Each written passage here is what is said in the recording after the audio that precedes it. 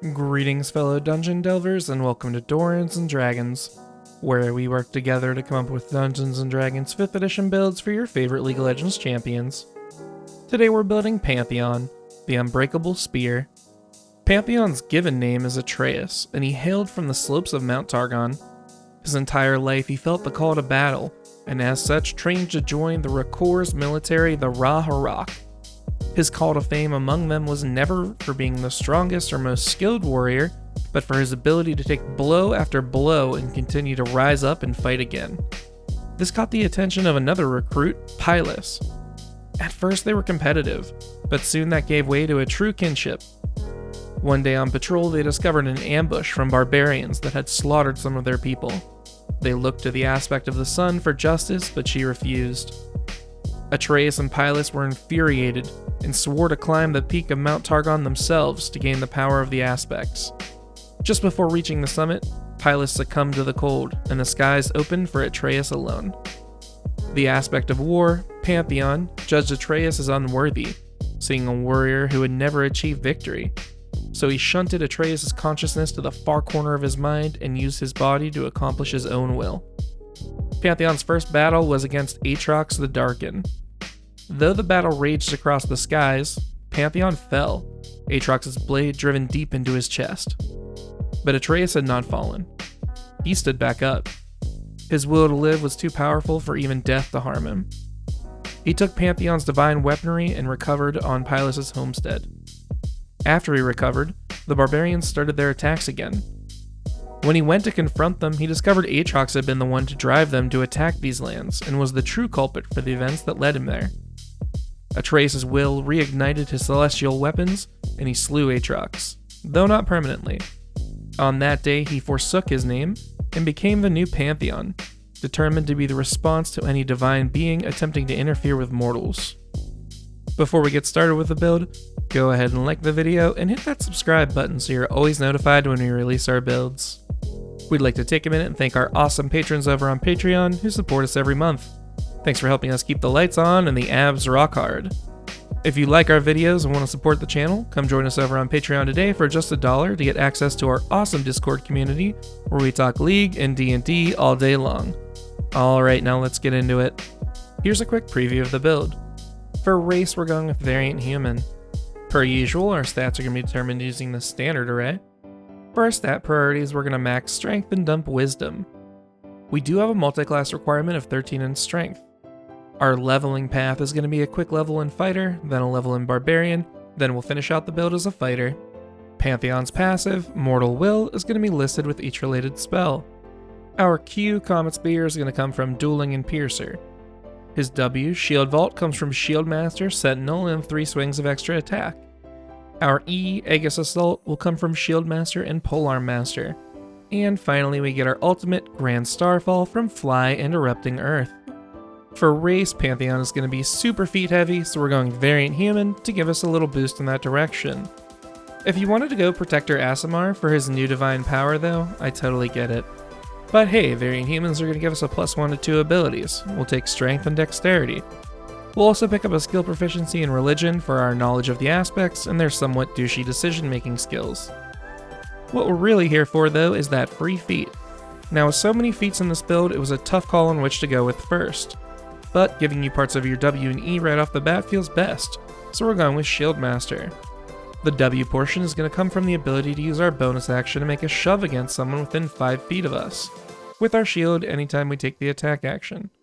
Remember, you can use your shove to knock someone prone, giving you advantage on them if you can attack again a la Action Surge. The E comes from the other parts of the feat, with your shield's AC getting added to any dex saves you need to make that target you solely. Plus it almost gives you evasion, where you can burn your reaction whenever you're going to take half damage from a spell to take none instead. Choosing a background was probably the toughest thing we've ever done on this channel. It just absolutely broke us during the build stream. Slick was in tears and Bastion was right behind them. Or we went with Soldier immediately. You remember it however you'd like. Soldiers have proficiency in Athletics and Intimidation and gain the military rank feature. To sum it up simply, anyone associated with the same military as you will recognize you and help you out around the campaign, including equipment, horses, and sometimes even places to stay. For stats, we're going with the standard array. I wanted to make a joke about Riot balancing Pantheon, but that joke just speaks for itself. We're starting off with a 15 in strength for spear checking and shield bashing. Constitution is going to be next, surviving to the peak of Mount Targon is evidence enough for that. We'll take dexterity next for a boost to our initiative and our AC. Charisma is going to be after that because when he gets fed and that spear lands in your lane, you basically just start spamming your flash key and terror. He'll have an average intelligence so our spell saves aren't complete garbage, and we'll dump wisdom. For equipment, we don't need any armor thankfully because those rock hard abs, am I right? But seriously, Pantheon is a phalanx, shield, and spear fighter, so that's what we're going to give him, a shield and a spear. Alrighty, let's kick off the build with a level in fighter. Fighters have a d10 hit die and give us proficiency with all weapons, all armor, and shields. We'll also choose 2 skill proficiencies.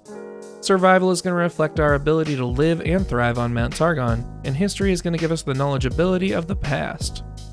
First level fighters choose a fighting style to focus on. We're going to get some extra damage on our Q with dueling, which will give us a +2 to our damage whenever we attack with our spear.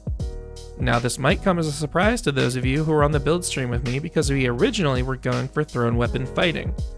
However, if we go with dueling, we still get the +2 damage to our thrown attack, but on top of that, whenever we just use the spear to stab someone in melee, it also gains the +2 damage, so much better overall. And our final level 1 fighter feature is going to be Second Wind, which is a bonus action heal that'll let you regain 1d10 plus your fighter level and hit points. Spoiler alert, but we're going deep in fighter this build. This heal is definitely something you want to be using every rest if possible. And there's the standard reminder to use this before you spend any hit die on a short rest. And we're dipping off of fighter for a second to get our nearly nude warrior some defensive abilities with a quick level in barbarian. Barbarians have a beefy d12 hit die and give us no new proficiencies, but they do give us the ability to rage. Rage is going to be a 1-minute bonus action transformation that gives you advantage on strength checks and saves, bonus damage on our spear strikes, and resistance to bludgeoning, piercing, and slashing damage. It only lasts for a minute, but during that you can't cast any spells, so no ulting while you're raging unfortunately. But the feature we're really here for is unarmored defense, which is going to set your AC equal to 10 plus your constitution and dexterity modifiers. And we're back over to fighter for the rest of the build. Second level fighters gain one of the best features in the game with Action Surge. Once per rest, you push yourself to the limit, letting you take 2 attack actions on your turn instead of 1. Level 3 fighters choose their martial archetype. Now I'm serious when I say brace yourself, because I think we're heading to controversy land.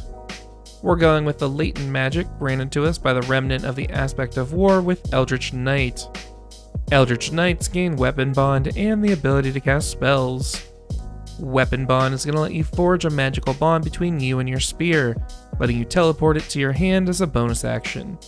So you can chuck your spear as a Q, and then call it right back to your hand as a bonus action. In terms of spellcasting, I would pick up Firebolt as a version of Ignite, dealing 1d10 fire damage when you land it. It's not super necessary, but it'll give you the ability to leverage your level 7 feature, so definitely worth having as an option. 4th level fighters gain the first ability score improvement of the build. As always, we're going to lay them all out here for you so you can pick and choose along the way. And boy, are you going to have some choices to make. We have 7 ability score improvements, and 4 of them are feats. I was not kidding when I said that this build was feat heavy. Starting off at Fighter 4, we're going to pick up the empowered damage on our Q with Piercer. Piercer is going to bump our strength by 1, let us re-roll our piercing damage once per turn, and roll an extra damage die when it comes to piercing damage crits. At Fighter 6, we'll gain the Sentinel feat, improving our reactions. Whenever you land an opportunity attack, that creature's speed is 0 for the rest of their turn. Also, you ignore the effects of the disengage action when it comes to your opportunity attacks. Finally, if a creature within 5 feet of you decides to make an attack on someone else, you can use your reaction to make a melee attack on them. Then at Fighter 8, we're going to improve our spear work and get some Sentinel synergy with Polearm Master. Polearm Master is going to weaponize our bonus action, giving us the chance to make a 1d4 bludgeoning attack with the haft of our spear when we take the attack action. It also causes our opportunity attacks to be provoked from a creature merely entering your range. This synergizes with Sentinel, letting you stop that creature in its tracks. So if you see that silly 10 and 2 Kha'Zix trying to leap to your backline, you stomp on his wings and ground his booty until they've scampered away to safety. Now we have an odd strength score, and we should probably be able to smack people with our shield, so we'll take Tavern Brawler at Fighter 12. Tavern Brawlers get a +1 to strength, and proficiency with improvised weapons, turning our shield into a 1d4 bludgeoning weapon. Also, if you use your shield to bash someone, you can use a bonus action to grapple them. At Fighter 14, we'll max our strength to 2 points, and then at Fighter 16 and 19, we'll bump our con 2 points each time. Level 5 fighters gain extra attack, which is fairly straightforward. Before you could attack once per attack action, now you can attack twice per attack action. Level 7 Eldritch Knights learn War Magic, letting you make a weapon attack as a bonus action when you use your action to cast a cantrip. This is why we learned Firebolt earlier. Level 9 fighters gain Indomitable, which is going to let us reroll a failed saving throw once per long rest. At level 10, Eldritch Knights apply Eldritch Strike whenever they land an attack on a creature, giving them disadvantage on the next save they try to make against one of your spells.